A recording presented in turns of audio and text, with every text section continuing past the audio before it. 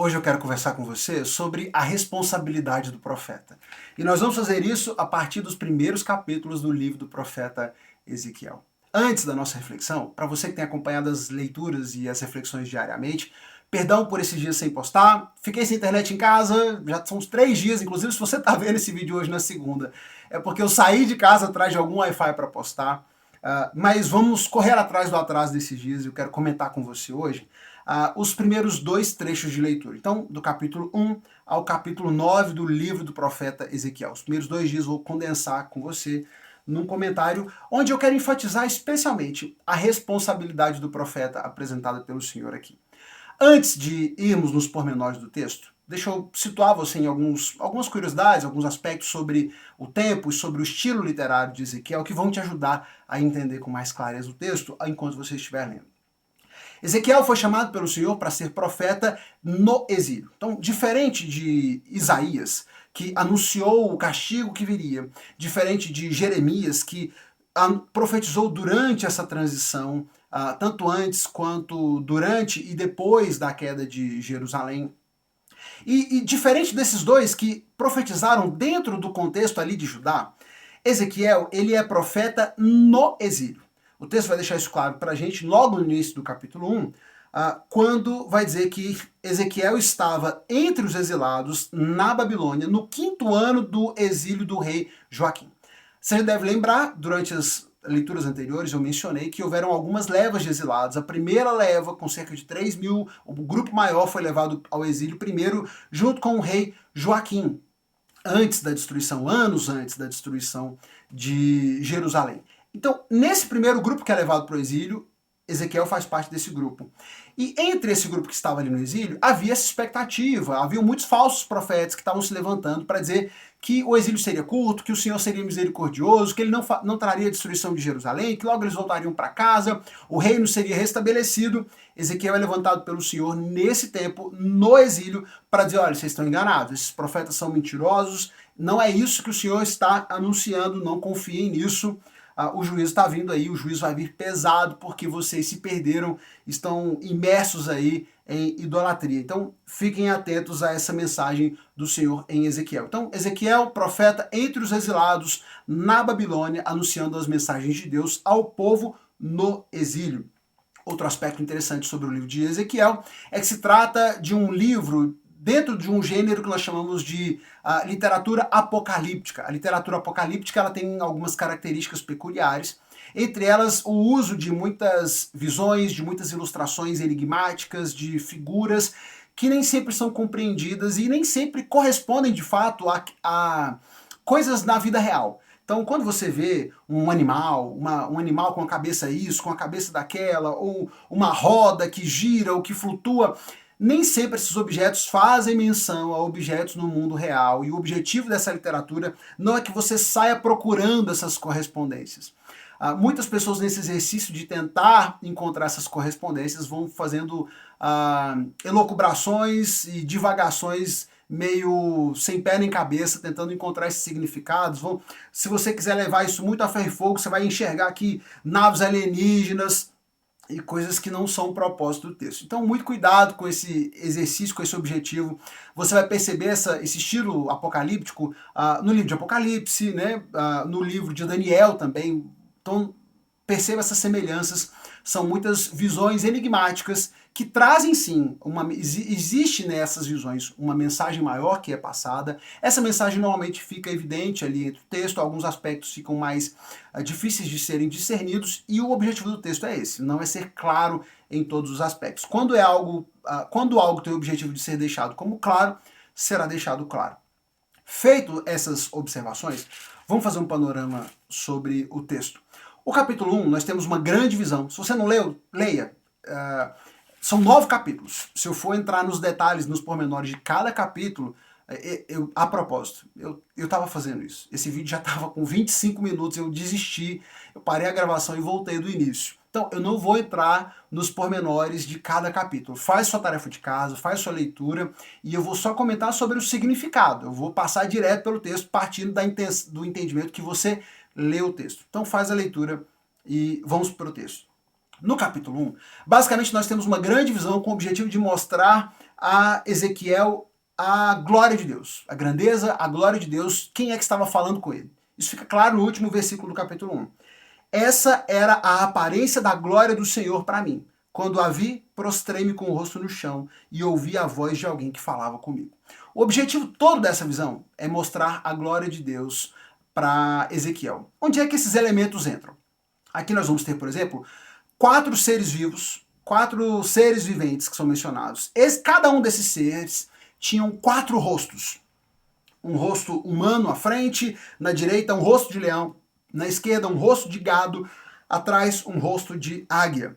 Leão fazendo referência aos animais selvagens, o boi fazendo referência aos animais domesticados, a águia fazendo referência às aves, o rosto humano fazendo referência à humanidade. Então, esses seres vivos estão fazendo uma menção a todos os seres vivos, a tudo criado por Deus. Estão aí sobre grandes rodas que se movimentam, mas essas rodas se movimentam sendo guiadas pelo mover do Espírito, mostrando então como toda essa criação é conduzida pelo Senhor, pelo poder do seu Espírito. E sobre toda essa criação está o trono de Deus, e nesse trono está o Senhor manifesto ali com toda a sua grandeza, com toda a sua glória. É isso que nós temos aqui nessa visão, é isso que você vai enxergar aqui nessa referência. Então, capítulo 1, a glória de Deus é manifesta a Ezequiel, ele basicamente está diante dessa glória, entendendo quem é que está aparecendo para ele nessas visões daqui em diante. A partir do capítulo, então, esse é o capítulo 1. A partir do capítulo 4, nós vamos ter visões que vão falar sobre justamente sobre esse julgamento da parte de Deus. O exílio não será curto, o julgamento está vindo, o julgamento definitivo, o castigo ainda virá sobre Jerusalém, e o capítulo 4, o capítulo 5, o capítulo 6 vão falar sobre esse julgamento contra Israel, deixando claro que esse julgamento vem por causa da idolatria, porque o povo se perdeu, se contaminou completamente com ídolos, realizando maldades terríveis, e o texto vai mencionando o fato de que existem cada vez maldades e pecados mais estarrecedores. E, de fato, essa idolatria conduziu o povo numa vida de muito pecado, inclusive de homicídio e de promiscuidade, de prostituição, porque idolatria nesse contexto aqui não diz só respeito a eles ficarem diante de imagens, adorando, se curvando diante de estátuas.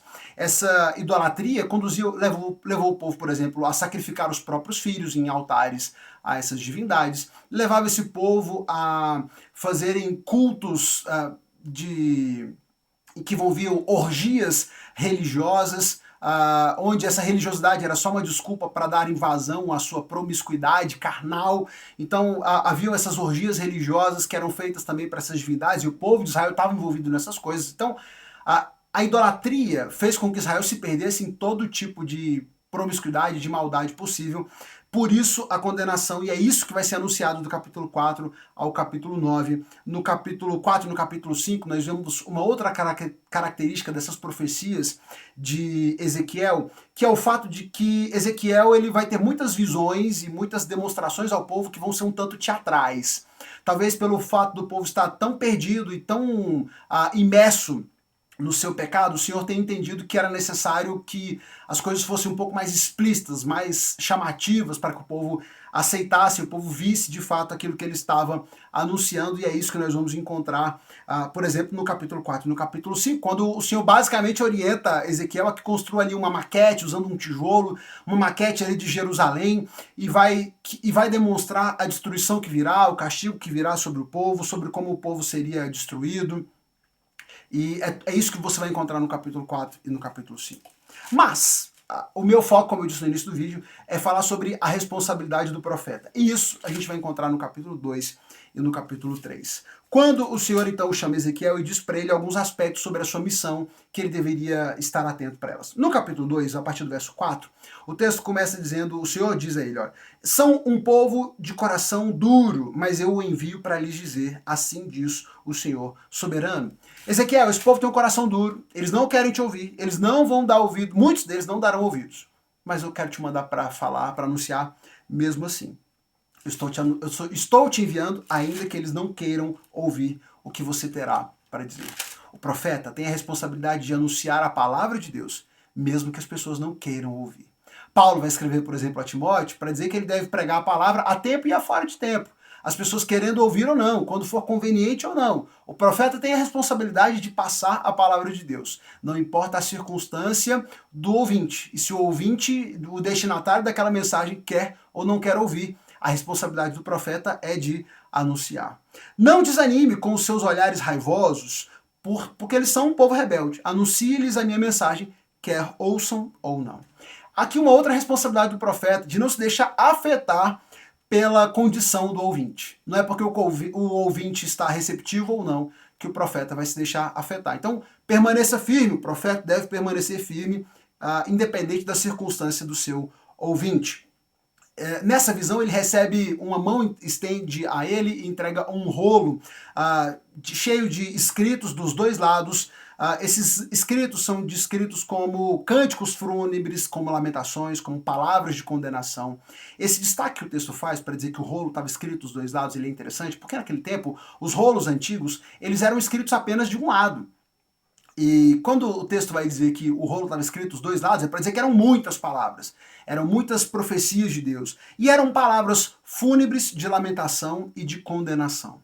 Mas quando esse rolo é entregue ao profeta e ele come, ele é ordenado a comer esse rolo, ele vai dizer que quando ele comeu, o sabor dele era doce como mel. As palavras de Deus, por mais duras que fossem, são recebidas pelo profeta com um sabor doce, como o mel, porque eram palavras do Senhor. E por mais que elas sejam difíceis, elas são doces e devem ser apreciadas, devem ser recebidas com prontidão. O profeta tem essa responsabilidade de receber, de acolher essa palavra de Deus. E isso é enfatizado no verso 10, quando ele diz: primeiro deixe que as minhas palavras entrem até o fundo do seu coração, depois vá ao seu povo no exílio e diga-lhes. Então, primeiro o profeta deveria receber aquela palavra, antes de tudo, tinha que fazer sentido para ele, na vida dele, ser aplicado na vida dele. Ele precisava receber aquela palavra e entendê-la doce como mel. Depois ele iria anunciar essa palavra. O profeta tem a responsabilidade de, antes de tudo, ele ser alcançado pela palavra. Ninguém pode profetizar e anunciar a verdade de Deus se não receber antes no seu coração aquelas verdades. Ele deveria então, depois de entender, deveria anunciar, e ele é levado pelo Senhor para esse povo que estava ali na colônia, então. E depois de 7 dias, o Senhor aparece a ele mais uma vez, agora no capítulo 3, no verso 18, dizendo: se eu avisar os perversos, vocês estão condenados à morte, mas você não lhes transmitir a advertência para que mudem sua conduta perversa e salvem a vida, eles morrerão em seus pecados, e eu o considerarei responsável pela morte deles. Saltando para o verso 20, se você não os advertir, eles morrerão em seus pecados, nenhum dos atos de justiça deles será lembrado, e eu o considerarei responsável pela morte deles. Mas se você advertir os justos a não pecarem, e eles lhe derem ouvidos e não pecarem, eles viverão, e você também salvará a sua vida. Dentro dessa responsabilidade do profeta Ezequiel estava o fato de que ele devia anunciar a mensagem. Se ele falhasse em anunciar as mensagens do Senhor, e por essa falha dele, pessoas que poderiam crer, que poderiam se arrepender, não ouvissem a mensagem, não se arrependessem, isso seria colocado na conta do profeta. O profeta seria responsável, já que ele se recusou ou ele falhou na sua mensagem de entregar o anúncio do Senhor. O profeta também tem essa responsabilidade, e o Senhor vai dizer, usar essa palavra: eu o considerarei responsável pela morte deles.